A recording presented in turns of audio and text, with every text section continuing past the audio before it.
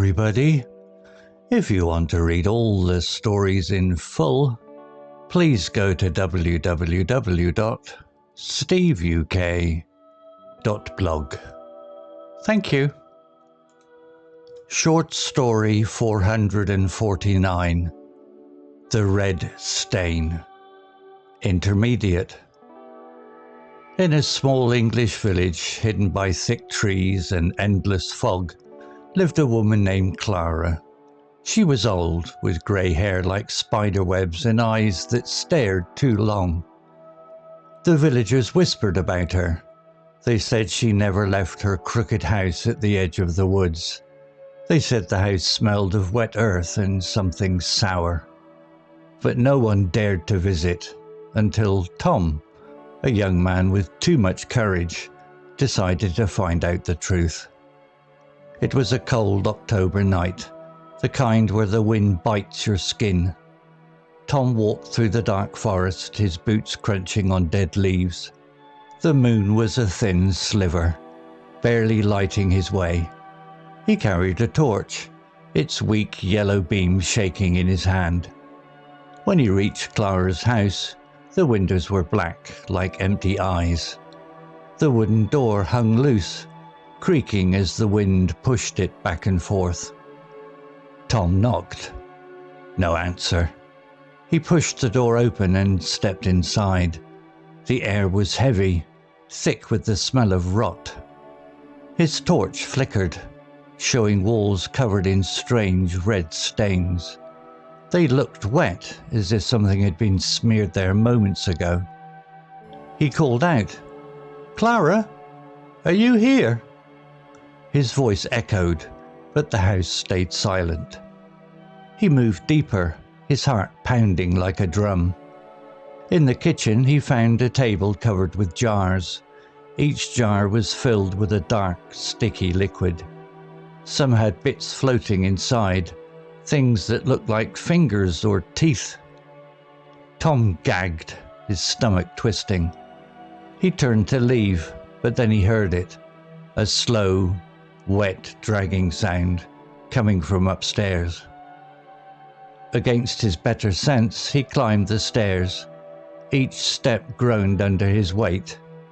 At the top, a long hallway stretched into darkness. The dragging sound grew louder, closer. His torch caught something, a trail of red smeared along the floor, leading to a door at the end. His hands shook as he reached for the handle. The door opened with a scream of rusty hinges. Inside was Clara, or what was left of her. She sat in a rocking chair, her head tilted back, her mouth open in a silent scream. Her skin was grey and peeling, like old paint. Her eyes were gone, just black holes, dripping with that same red liquid. But she wasn't alone. Something moved behind her, a shape too tall, too thin, with arms that bent in wrong places. Its skin was wet and shiny, like a slug. It had no face, just a wide, grinning mouth full of sharp, jagged teeth. Tom froze. The thing turned its head towards him, its mouth stretching wider. A low, gurgling laugh filled the room. Then it lunged. Tom stumbled back, dropping his torch. The light went out and the darkness swallowed him. He ran, tripping down the stairs, the sounds of those dragging limbs chasing him. He felt hot breath on his neck, claws brushing his coat. He burst out of the house and kept running, the forest a blur around him. Branches scratched his face, drawing blood, but he didn't stop until he reached the village.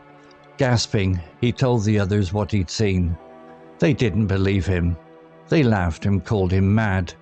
But that night the fog grew thicker, and a red stain appeared on the village well. The next morning, Tom was gone. His bed was empty, his window open. On the floor was a single red smear, still wet. The villagers never spoke of him again, but sometimes, on quiet nights, they heard it, a slow, wet, dragging sound, moving closer. Vocabulary notes. Crooked. definition. Bent or twisted out of shape, not straight. Example, they said she never left her crooked house at the edge of the woods. Explanation. In the story, crooked describes Clara's house, suggesting it looks old, uneven and strange, adding to the spooky atmosphere. Similar words. Bent. The old tree was bent by years of strong winds. Twisted. The twisted branches scratched at the windows. Warped. The warped door wouldn't close properly. Rot. Definition. The process of decaying or going bad, often with a bad smell. Can be a noun or verb. Example, the air was heavy, thick with the smell of rot. Explanation. Here, rot is a noun describing the unpleasant smell inside Clara's house, hinting at something dead or dying. Similar words. Decay. The decay of the old fruit filled the room with a sour stench. Mould. Green mould grew on the damp walls. Spoil. The meat had begun to spoil in the heat. Smear. Definition. A mark or streak made by rubbing or spreading something, often messy. Can be a noun or verb. Example, his torch caught something, a trail of red smeared along the floor. Explanation. Smeared is the past tense of the verb, describing how the red liquid was spread messily on the floor, creating a creepy image. Similar words. Stain. A dark stain marked the old carpet. Streak. Streaks of mud covered his boots. Spread. She spread paint across the wall with her hands. Gagged.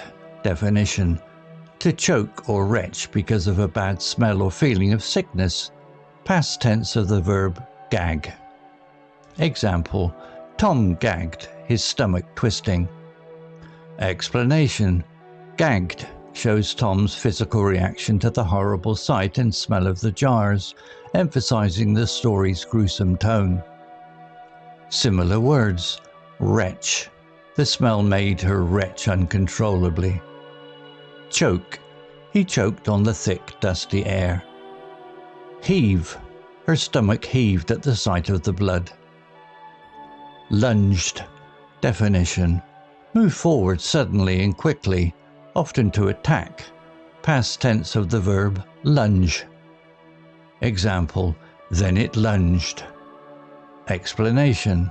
Lunged describes the creature's sudden aggressive movement toward Tom, building tension and fear in the scene. Similar words. Leapt. The cat leapt at the mouse. Pounced. The tiger pounced on its prey. Dashed. He dashed toward the door to escape. Gurgling. Definition. A low bubbling sound like liquid moving. Can be an adjective or verb, present participle. Example, a low gurgling laugh filled the room. Explanation. Gurgling describes the creature's eerie laugh, making it sound wet and unnatural, which adds to the horror. Similar words. Bubbling. The pot made a bubbling noise as it boiled. Gushing. Water came gushing out of the pipe. Rumbling. A rumbling sound echoed from the cave. Story written by Grok 3 AI. Image created by Grok 3 AI. To read all the stories in full, please go to www.steveuk.blog. Thank you. Hello, this is Steve. If you enjoyed the story, please would you take the time to leave a meaningful comment and click on the like icon. If you want to know when the next story has been uploaded, please click on the notify bell icon to be notified. If you haven't already, please subscribe to my channel and tell your English learning friends so they can benefit too. Thank you.